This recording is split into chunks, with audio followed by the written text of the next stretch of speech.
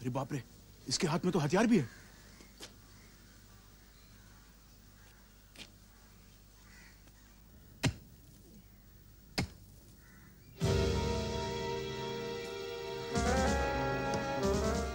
क्यों आए हो यहाँ?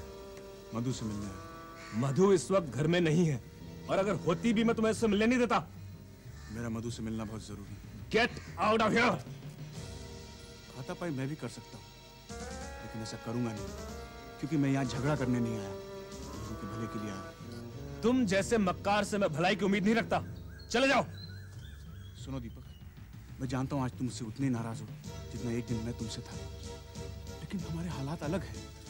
मैं मधु को सब सच बताने आया। तुम समझते हो कि सच जान लेने के बाद कि तुम उसे बेवकूफ बना रहे थे, वो खुश हो जाएगी? नहीं, वो खुश नहीं होगी। मैं जानता हूँ उसे दुख होगा, लेकिन सच जान लेने के बाद वो मेरा इंतजार तो नहीं करेगी। कम से कम ये उम्मीद तो छोड़ देगी कि एक दिन मैं उसका हो जाऊंगा। ओह, तो सच बताकर तुम अपने दिल का बोझ हल्का करना चाहते हो। मैं उसे सच बता दूंगा। You just get out of here. Deepak, तुम मेरी मजबूरी नहीं जानते। मेरी बीवी घर छोड़ के मैके चले गई है। ये बात तुम्हारी बहन राधा मुझे बता चुकी है। और नीलम उस वक्त तक घर नहीं आएगी जब तक मधु मुझे माफ नहीं कर देती। तुम क्या समझते हो, जैसे ही तुम सच बताओगे मधु तुम्हें माफ कर देगी और तुम्हारे साथ चल पड़ेगी तुम्हारी बीवी को मनाने?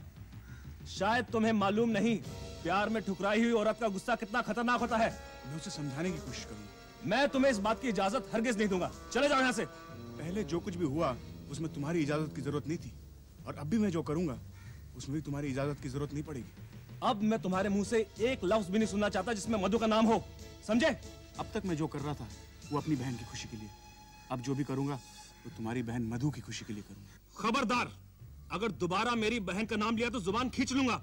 ये जान की खुशी हुई कि जो पहले हालत मेरी थी वो अब तुम्हारी है। पहले जैसे मैं तड़प रहा था अब तुम तड़प रहे हो। मैं तो अपनी बहन को बचा ना सका, और तुम अपनी बहन को बचाने की कोशिश भी नहीं कर रहे। मुझे अगर मधु से नहीं मिलने दिया तो बहुत पछताओगे। तुम यहां से जाते हो या नहीं? जाता हूं।